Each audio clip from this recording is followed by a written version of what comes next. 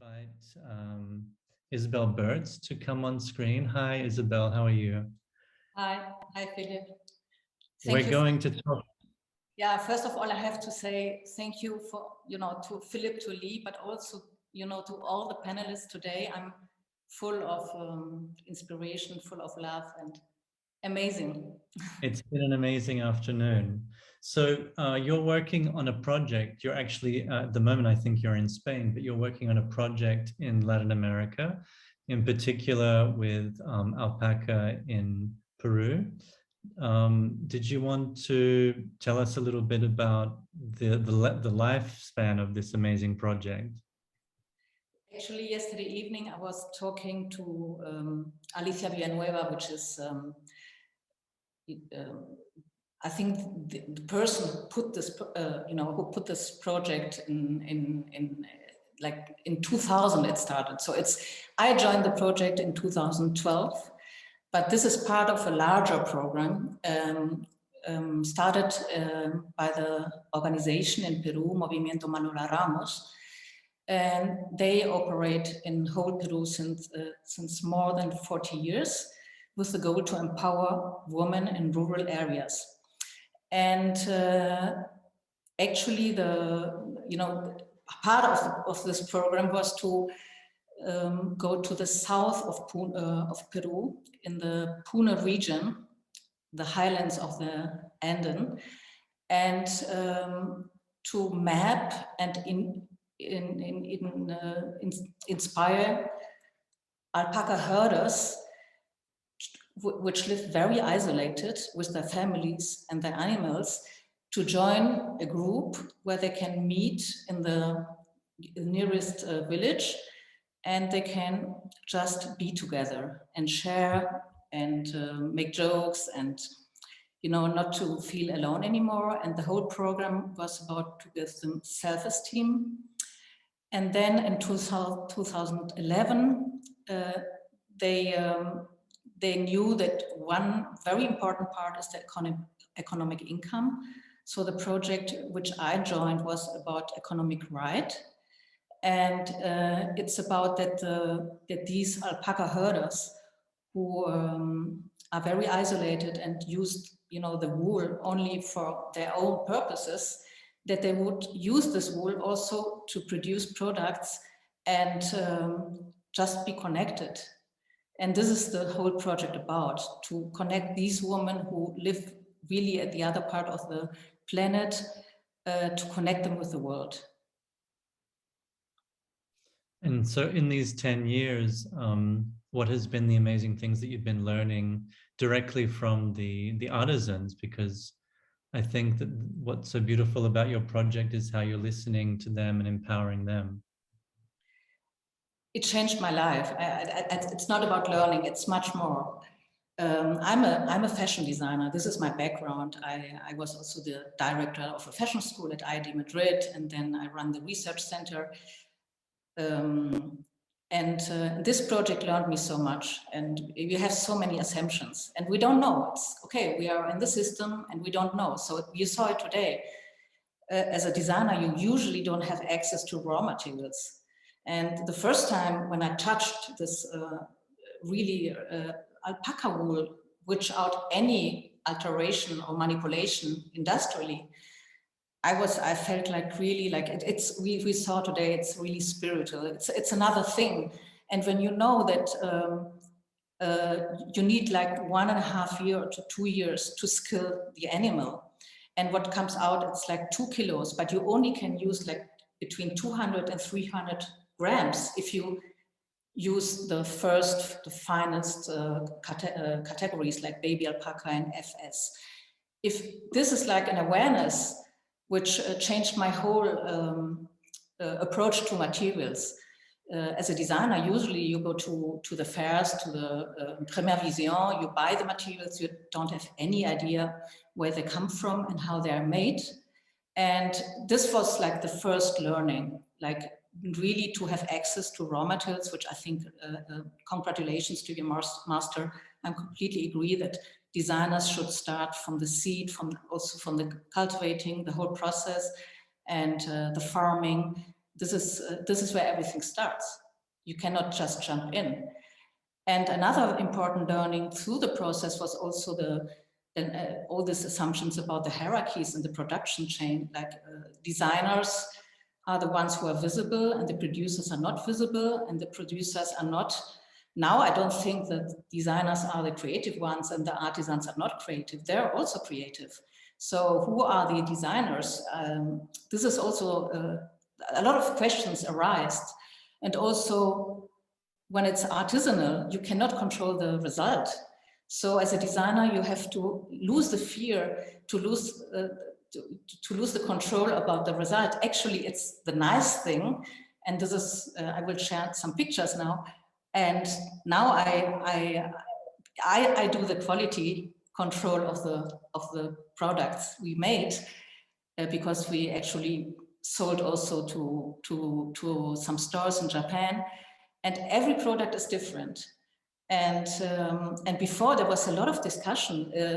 It is okay that the yellow is more yellow or more orange, and now it's okay. It's actually it is. This is the reality, because you know, the dyeing process is something organic, so it cannot be the same. I could go on for a long time. And one of those clients in Japan, they actually bought the entire collection as it was, Yeah. which is such a beautiful way of presenting it in its entirety. Yeah, this was because, you know, the fashion stores, like every centimeter values a lot of money. So I was very so surprised that this Japanese small woman came in, and she said, "But do you sell it?" Because we were like invited to the trade show as a project.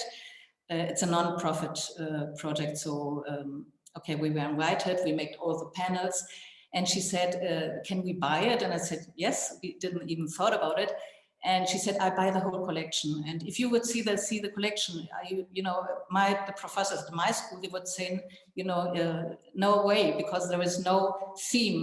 But all is about expression also between the co-design. You know, we developed this idea of eliminating the hierarchies between the producers and the designers, so it's collaborative. Also, the design is completely organic. So each piece is completely different, even if we have additions.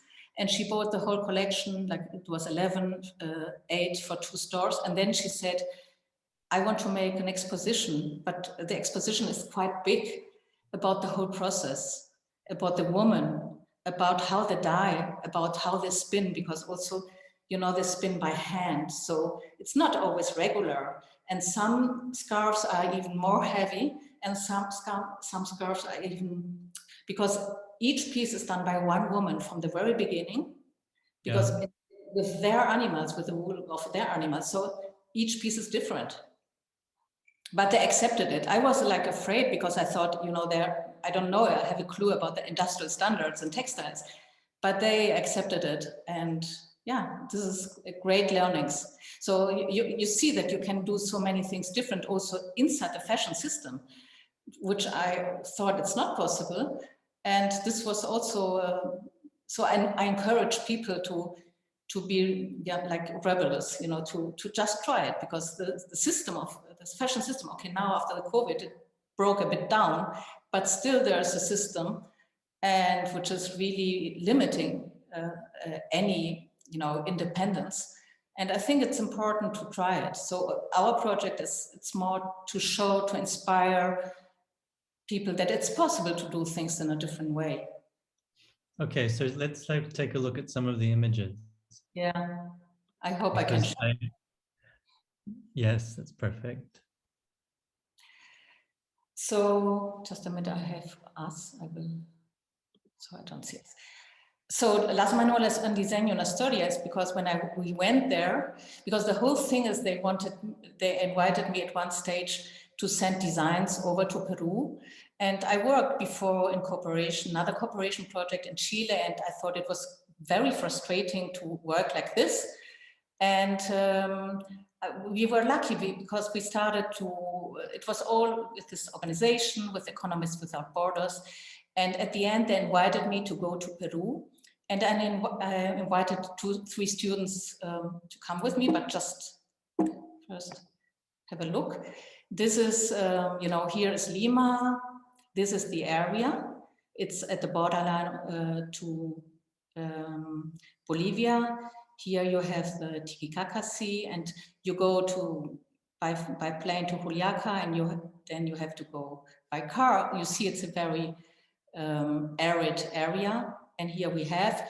This is the epicenter of alpaca farming worldwide. You know, 80% of alpaca fleece production is from Peru, and 40% from Puno. So actually, all the people who live there are alpaca herders. And this is something I didn't know, because when I was invited, they always talked about their artisans. And when I went there, this was like the, you know, when I said, oh, there is the story. This is amazing. We don't have to touch anything. It's marvelous, because we have, I never saw, you know, something like this, that, you know, you see the whole process from the animal through the skilling, spinning, dyeing with the plants. So I put this image because at the beginning it was, you know, the whole project, a program from Manuela Ramos was to empower women. And it was very difficult. I went 4 times to Puno, and it was very difficult that they would take the time to join me and my team, because you know, at this time the men, the husbands should take care of the animals and of their children. But now you see they're collaborating. So they gained the respect from their husbands through this 10 years. So we are very happy about this. So here you have the Las Manuelas, a very small group. They're strong, they're, you know, they're happy, and they're amazing. We lived with them on the first trip for 6 weeks, because you cannot go there for 1 day and go away. It's too far away. So you have to live with them. You have to stay, you know, to live on the floor, no electricity, eat alpaca wood. But then you really understand that they are marvelous. And this was actually the, you know, the starting point for the whole, you know. These are the 3 fashion design students from IED Madrid I invited to join me as a volunteer to, you know, to go to Peru. It was quite, now I think it was quite dangerous somehow, because it's over 5,000 meters over the sea level. But, you know, we made a wonderful team. We slept together, and it was their idea in 2012 to say, we don't want to design for them. We don't want to design with them. For me, in 2012, it's like the first time I heard about collaboration, collaborative or inclusive design. So they invented these kits where you can make a model and you put on the piece. So this is Claudia from a very, like, you know, the most far away community. You know, we were the first people who visited them from outside. And you see she has tears. It's not a good picture, but she has tears in her eyes, because she's so emotional that she could somehow take a decision, just, you know, where and how to put the texture. She should like decide the textures, she should decide the colors. And it was a very, there I really understood that this project really gives them self-esteem, and we have to keep on going. And the project was finishing after this travel, and I felt like it's no way, we cannot abandon. So now also what I learned, Philip, is, you know, the sense of commitment. You cannot make a project, and it's not a project, this is a commitment for me for life. So I had the chance to, you know, convince my company, IED Madrid, to cooperate with this project. And we developed, thanks to IED, a platform, a digital platform, because we thought, okay, not everybody can go to Peru, no? And how we can generate connectivity between this woman and people, you know, it could be, I agree with Lee, could be consumers, no? Perhaps not all are designers. So, and the digital platform took us a couple of years, because it has to be something very easy. So, you know, there's so many softwares about knit design. We did something very easy. So this is Solo Mostri from Milan. He's one of our latest collaborators. And you see here you have part of the design of the scarf, And here you have the scarf. And here you see when we went there to show the platform, and they were all very excited, and they made it in a minute. And this is like what she brought in, but this was like an exercise like for 1 hour. But if you see, I will show you another, and this is how it functions. It functions very easy because the platform, then you can print the digital pattern into A4. Actually, the platform functions without a server, so you can bring with a laptop there, and then they assemble it with tab, and then they have the pattern. And here you see another project, another collaboration with an artist, and it's difficult to see here, but here you have pink, here you don't have pink, and here she met. So the intervention is so sophisticated. So always you say in cooperation, you have to go there and show them and train them, and no, they are so sophisticated in the interventions. So another very important aspect is this one, that we brought in this platform, and we'll have to to make it real, this project, so that designers and artists have access to raw material which are available. So you cannot say, I want gray. Perhaps here they will say, because they know in advance that like in November and 2022 they will skill 3 gray animals, and then we have like 500 grams, and then if we would use the material which is available, it will change completely the design process. But I think there is so much material available. Let's map the material which is there, and then start to work with this material. So it goes back to this idea that we discussed earlier, where the amount of material that's available is actually deciding the amount of the production, and not the other way around. Absolutely, absolutely. And this is something I saw. No, there are some. We made like I always thought we have to have like a platform, like raw materials platform, where you can see, as a designer, you start from there, not from the materials which are industrialized. You start as a designer, you start from the raw material, and then you can always collaborate with people who know, better than you perhaps, or it's all about collaboration. So you were telling me that the women at first were your collaborators, but that the men also got jealous and that they're also involved now. How does that work? Yeah, at the beginning, one of the goals of the whole program from Manuela Ramos is that these women would have, the respect from their husbands, that they also can work and half of the day, so that in that case the men have to, they have to share the domestic roles. And this at the beginning, and like 10 years ago, it was very difficult. So some women, when they came, they were very afraid. They were like, oh, my husband, and they had to walk like some of them like 13 hours. They had to walk to come to our meetings, because as I told you, they live very isolated. And now the last pictures they sent me, and I say, wow, you're not Las Manuelas anymore. You're Las Manuelas and Los Manolos, because we have 2 men now in the group, and but they are supporters. For example, Hugo, who is the husband of one of them, he's making like the dyeing and the spinning. But the women are the ones who knit. They are the masters. Yeah. Well, we have to move on soon to the next speaker, but please tell us a bit more about where you want to take this.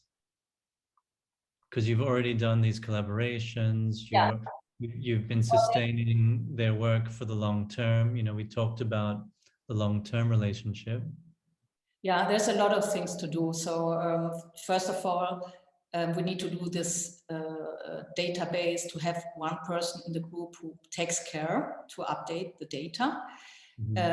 Also, they have land. So we thought about teaming up with a university in Lima, perhaps, to build also there, to make a research about the ancestral materials, so building like a workshop where they can store the wool.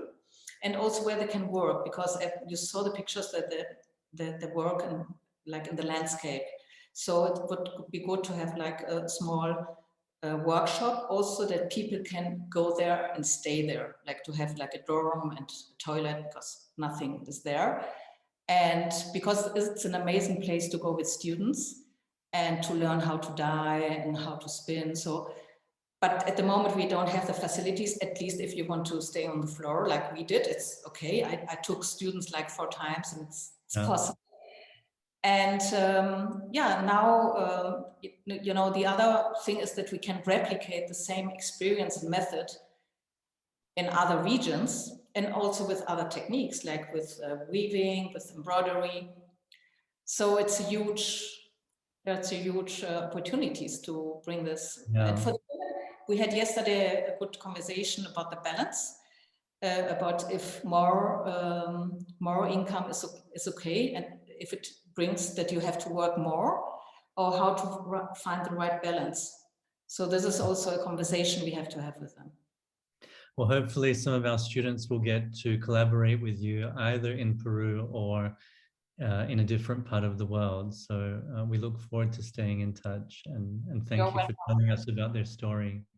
You're welcome. Thank you very much.